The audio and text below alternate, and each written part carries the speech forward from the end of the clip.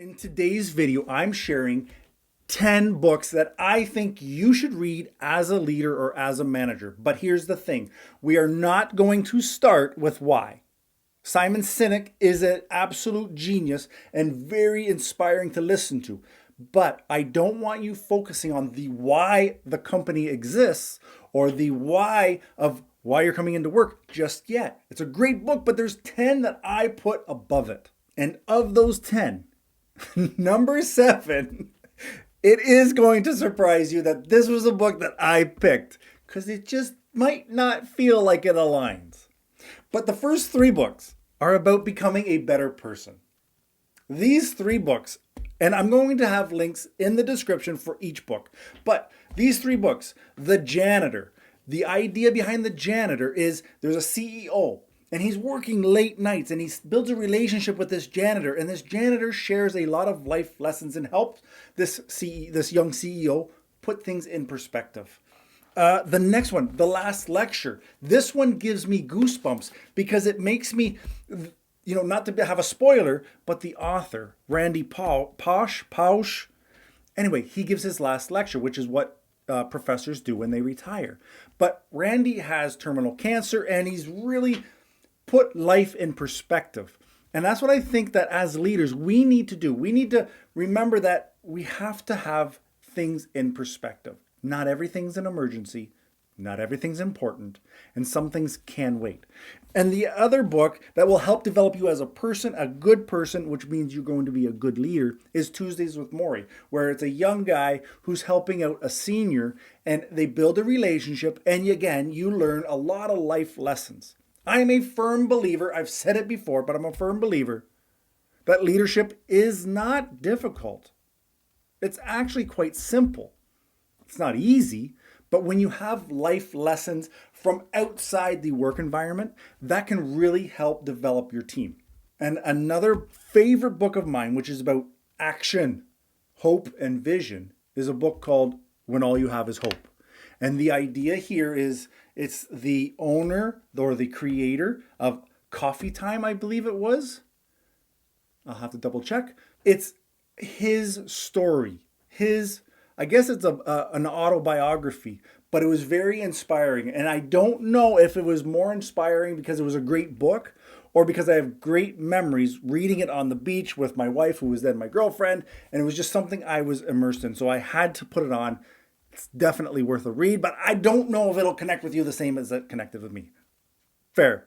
Now, a book that made the list that I have not read yet is Atomic Habits. And Atomic Habits is a book that you can check out courtesy of today's sponsor, Shortform. Shortform is an online platform that summarizes some of the best business, self-development, leadership type books, and many more. They are constantly adding new books to the platform, so you will never be without the knowledge of these books. And what I find one of the best things about Shortform is that, like I'm doing with Atomic Habits, I'm able to read the summary. I'm able to get a lot of the great points from the book, and from there, decide whether to buy the book or not. And spoiler alert, we're adding this to the library without question. Shortform was kind enough to provide me with a custom URL, shortform.com/Mike. Use that link for 5 days of unlimited access. And if you do, and I highly recommend, but if you do become an annual subscriber, you receive 20% off the purchase price. And in addition, it also goes a small way to support this channel. So for that, I thank you. Now, where would we be without a book about networking? And that book is From Business Cards to Business Relationships. This is basically from the start to finish. If you're like me, networking is not my thing. I didn't like it, and I wasn't good at it. And now with my channel and developing myself with books like this, I've learned how to build a network. I've always been envious of people that always knew somebody for something. They always had a guy. They always had somebody, a go-to. That's the power of networking, where you will never be without answers. You will never be without a job because when your network is strong, It will build you up. Now, speaking of networking, let me share the power of this. I have a small, select group of leaders, and one of those members is the best-selling author, David Burkus. And I'm proud to be able to say that he is now a friend of mine. And he wrote a very timely book, Leading from Anywhere. The idea of this book is that it's practical tips to lead your team from anywhere, because as you may or may not be aware, people are no longer necessarily going into the office.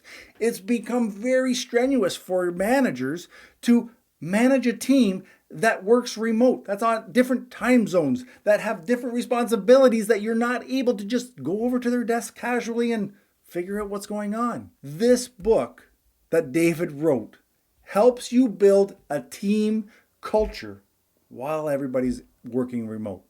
I can't recommend it enough. Now, if you want to be a great manager and a great leader, here's something that not a lot of people talk about, but you need to learn about money. You need to learn about the expenses, the liabilities that your company has, but also you have. I personally found that I respected leaders, that like managers that I worked with, who had their finances together. And those that looked at money as a joke and blew money, in my opinion, foolishly, I looked at them a little bit different, because there's a level of maturity, of responsibility when you're able to handle your own finances. So, and this is the book, you may laugh, that's okay. But this book, Nice Girls Don't Get Rich. I know, but here's the thing. The idea behind this book is that boys, when they're younger, are taught different things about money than girls are. And girls, according to the author, have a handicap because they're taught to spend money and buy the most beautiful dress and not save and not to invest.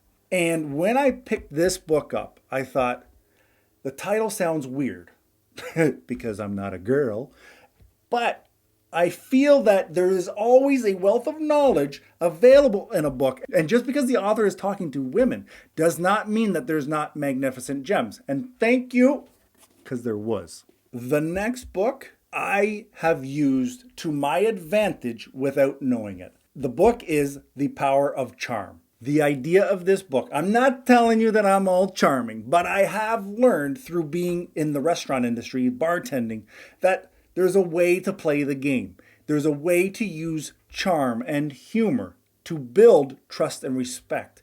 And instead of coming in as a boss and laying down the law, if you just use a little bit of charm, a little bit of charisma, you'll easily get people on board. You won't have to force them to do things your way. They'll want to.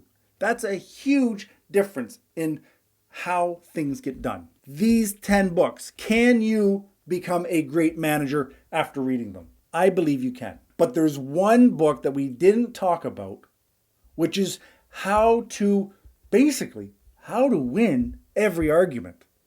So I went in depth on that book and I share it in this video here. It is one you do not want to miss, especially as a leader. You're going to have pushback. You're going to have people argue with you. You need to know how to deal with that. Get your coffee. I'll see you over there in the video. Ciao.